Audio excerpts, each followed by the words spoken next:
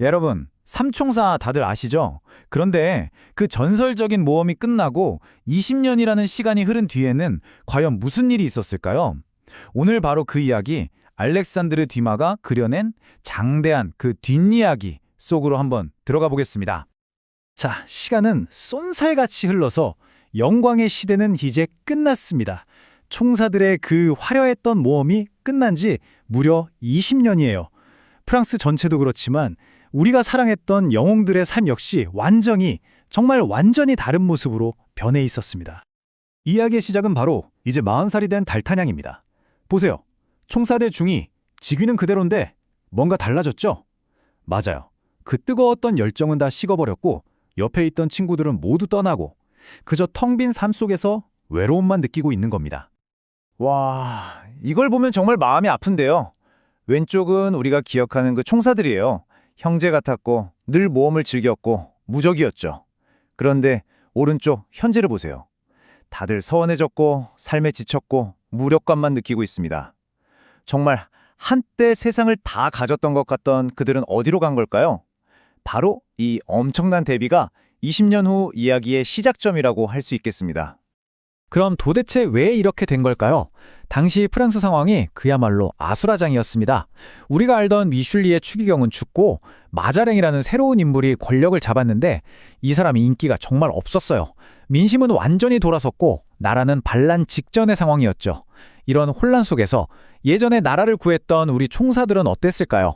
네, 그냥 뿔뿔이 흩어져서 사람들의 기억 속에서 잊혀져 버린 겁니다. 자, 그럼 한 명씩 살펴볼까요?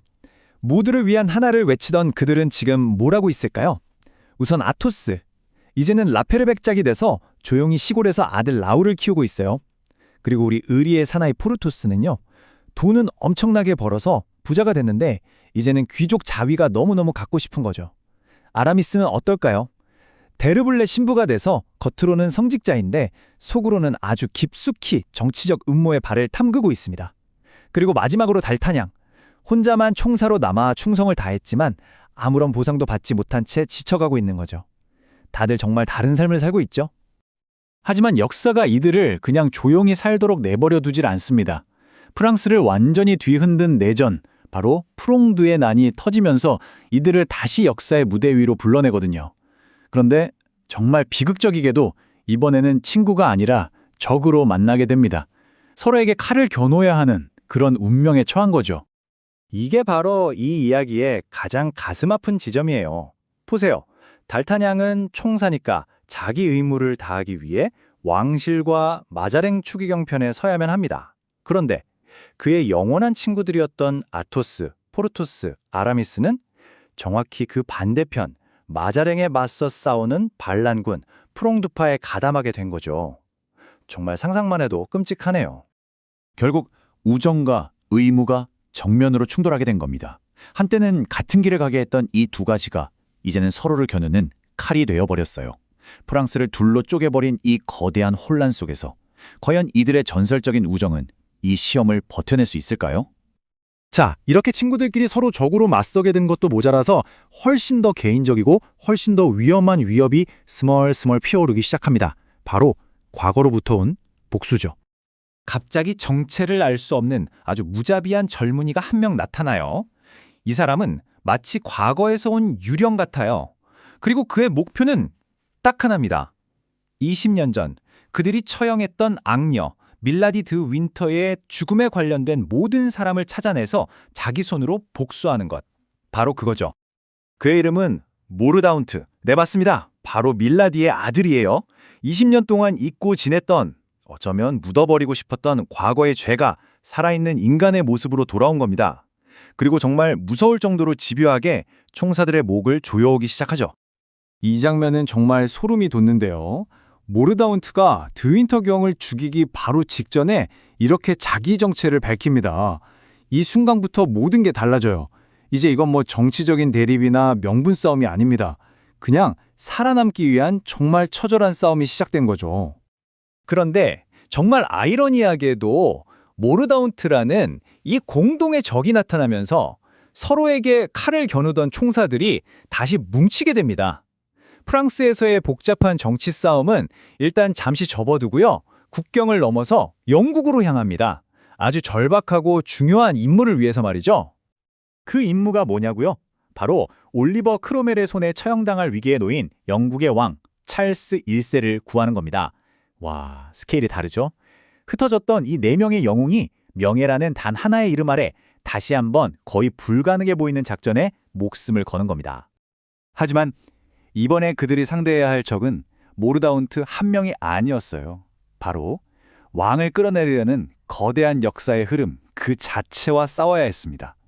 그리고 여러분, 아무리 위대한 총사들이라고 해도 거대한 역사의 물결 앞에서는 어쩔 수가 없었습니다.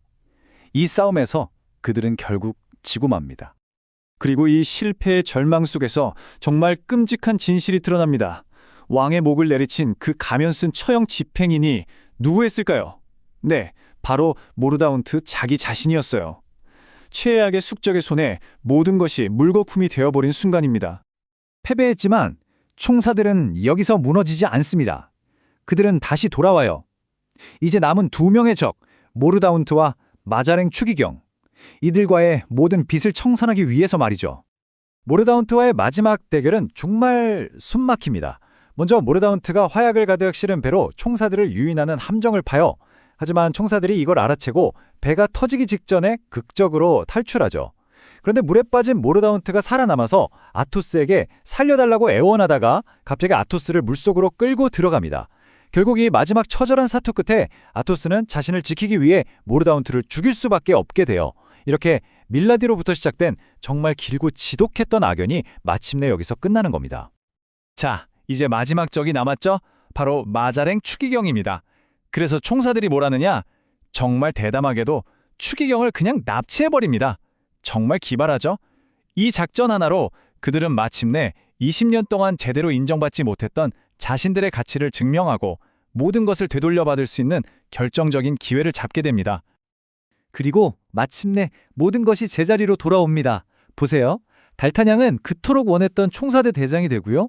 포르토스는 꿈에 그리던 남작자기를 받습니다. 아라미스는 반의 주교가 되어서 자신의 야망을 이루죠. 아토스 역시 최고의 기사자기를 받게 되고요. 20년에 걸친 그들의 기다림과 희생이 드디어 제대로 보상받는 순간입니다.